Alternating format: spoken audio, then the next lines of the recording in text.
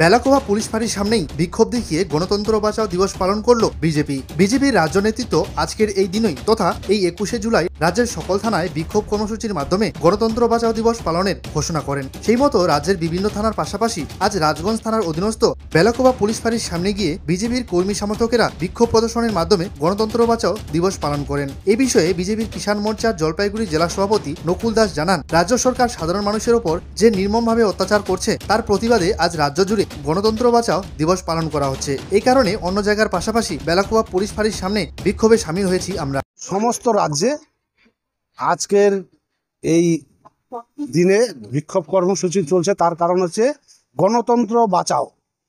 পশ্চিমবঙ্গে তৃণমূলের সরকার যেভাবে নির্মম লোককে হত্যা করছে তার গদিকে বাঁচানোর জন্য দিকে দিকে আপনারা দেখছেন বোমা গুলি, বিশেষ করে কোচবিহারে যান, যারা বিজেপি করে তাদের জমিতে তারা হাল চাষ করতে দেয় না। এরকম বেশ কিছু আছে। সারা পশ্চিমবঙ্গে এই স্বৈরাচারী সন্ত্রাস চলছে, তার বিরুদ্ধে আজকে আমাদের এই ফাঁড়ি থানায় বিক্ষোভ ছিল। আমরা সমস্ত লোক এক হয়ে আমরা চলছে এই বিক্ষোভ পশ্চিমবঙ্গের প্রত্যেক কটা থানায় বিক্ষোভ কর্মসূচি চলবে।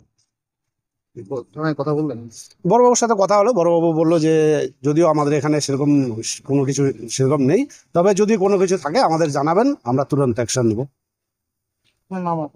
আমি নকুল দাস, জলপাইগুড়ি জেলা কিষাণ মোর্চার সভাপতি।